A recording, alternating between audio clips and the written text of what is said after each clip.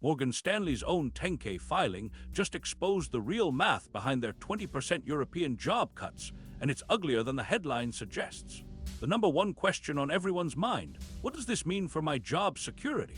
The answer lies in the details, and it's a wake-up call for tech workers earning $100K to $200K who thought finance operations was a safe bet. Here's the pattern interrupt. If you're a tech worker earning $100K to $200K right now, you've probably mentally filed finance operations as a fallback career option. Safe bet, decent pay, stable company. That door is closing 18 months faster than you think, and once it shuts, your leverage in the job market gets smaller.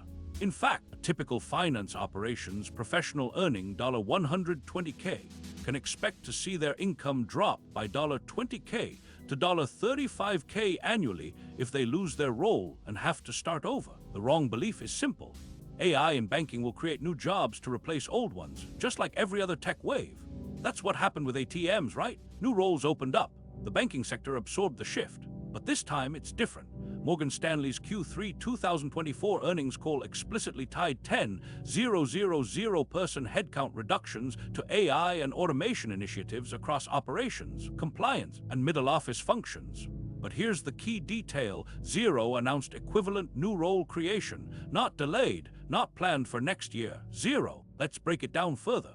Research into their 10K shows compliance officer headcount down 8% year over year while revenue stayed flat. Operations analysts down 6% with a 3% cost reduction mandate. The math doesn't balance. They're not shifting roles, they are eliminating absolute headcount. And it's not just Morgan Stanley, JPMorgan and Citigroup are signaling the same pattern. JPMorgan's 2024 guidance includes $10 in cost reductions, explicitly tied to automation of back office and compliance workflows. That's 8,000 to 12,000 roles eliminated across their compliance, operations, and middle office divisions, again with no corresponding new role announcement. Now let's talk dollars and cents.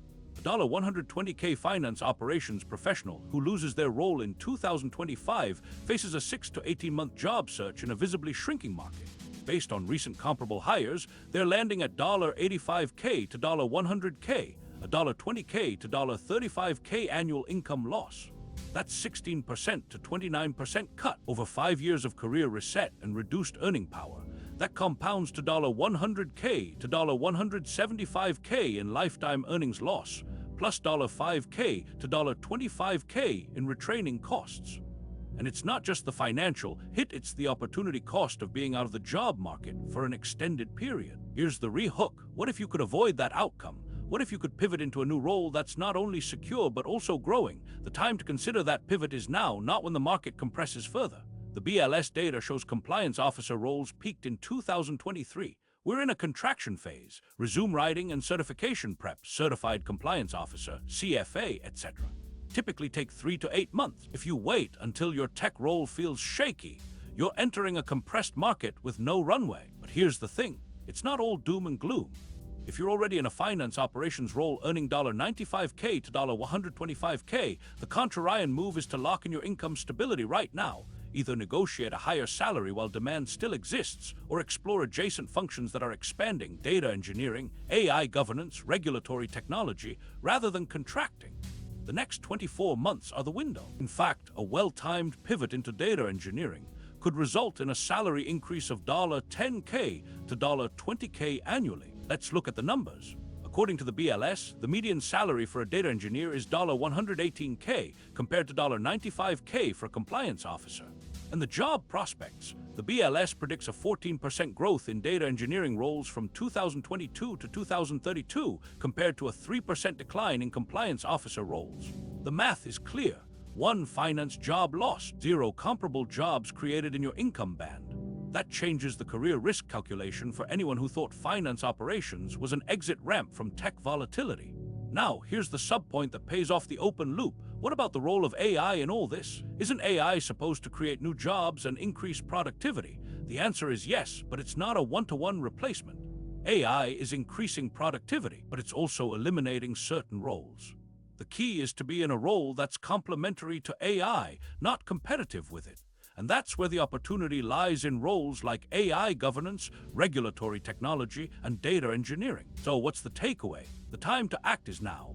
Whether you're a tech worker considering a pivot into finance operations or a finance operations professional looking to lock in your income stability, the next 24 months are critical. Don't wait until it's too late. Start exploring your options, building your skills, and positioning yourself for success in a rapidly changing job market. This is education, not advice, but the math is clear.